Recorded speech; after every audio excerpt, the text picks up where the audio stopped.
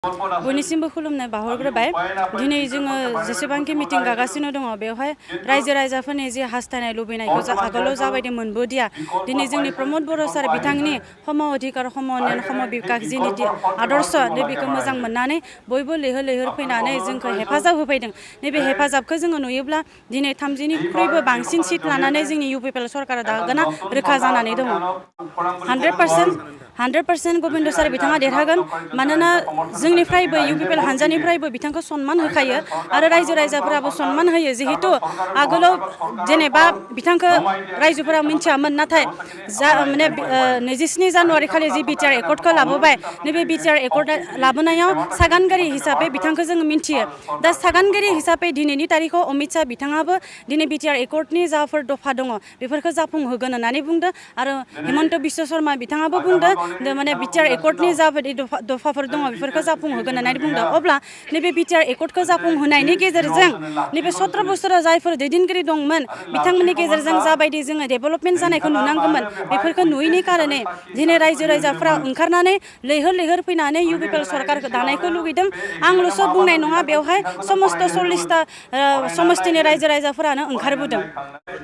जिहेतु जोङो मोनगोन होननानै सानदों मानोना दिनै जोंनि UPPL हानजायाव अनलि जोंनि बर'ल' मानसि नङा बेवहाय माइन'रिटिनिबो मानसिफोर दङ आरो आदिबासियानो जा नेपालिफोरानो जा कच राजबंसिफोरानो जा बेंगलिफोरानो जा बयबो एबार परिबर्तनखौ लुबैदों सोलायनायखौ लुबैदों। बिथांमोनाबो जोंखौ हेफाजाब होफैदों बयबो जइन जागासिनो दङ।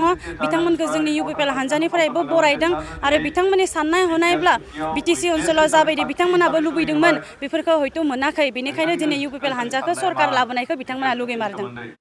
डक्टर अन्जलि दैमारि आब' बिथाङा BPF हानजायाव हाबैब्लाबो जोंहा जेबो बुंनो गोनां गैया माने बिथांनि गावबा गावनि चइस बेखौ बुंनो थाङोब्ला नाथाय दिनै बिथाङा बेवहाय जइन जानायनि गेजेरजों जोंनि UPPL हानजायाव जे माबा मोनसे फेक्टर गोलैगोन बेखौ जोङो साना।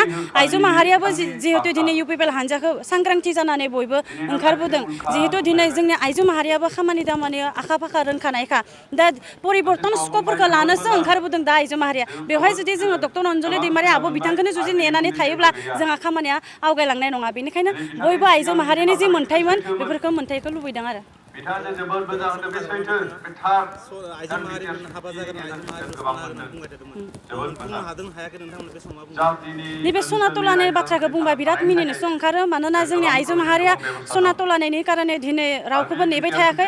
बयबो न'खराव जाबायदि खामानि थायो बेफोर खामानिखौ मावनायनि गेजेरजों फरायनायनि गेजेरजों बेलाफारसेथिं नायोबा दिनै फरायनायनि गेजेरजोंबो बिथांमोना आवगायलांबाय थादों सोरबा MBBS पास खालामबाय सोरबा PhD लालांबाय। दा दिनै सना तलानायखौ जुदि नेयोमोनब्ला हयथ' दिनै आइजो माहारियाबो जौगानाय नङामोन।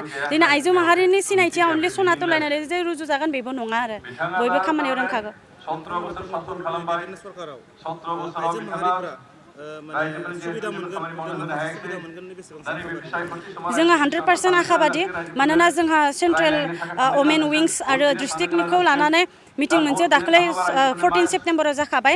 बेवहाय जोंनि आइजो माहारियाबो जाहाथे एबार UPPL सरकार फैनाय लोगो लोगोनो स्पष्ट भाबे जाहाथे मोन्थायखौ मोननो हायो बेनि सायाव जोंहा मेम'रेन्डामबो होनाय जादों। अधिकारखौ जोङो मोनखानांगोन होननानै बुंदों नङाब्ला जोंबो जिरायनानै थाया होननानै बुंदों। मानोना 17 बोसोर दैदेनगिरि जायफोर बिथांमोना दंमोन बिथांमोनाबो जोंखौ थगायबोबाय।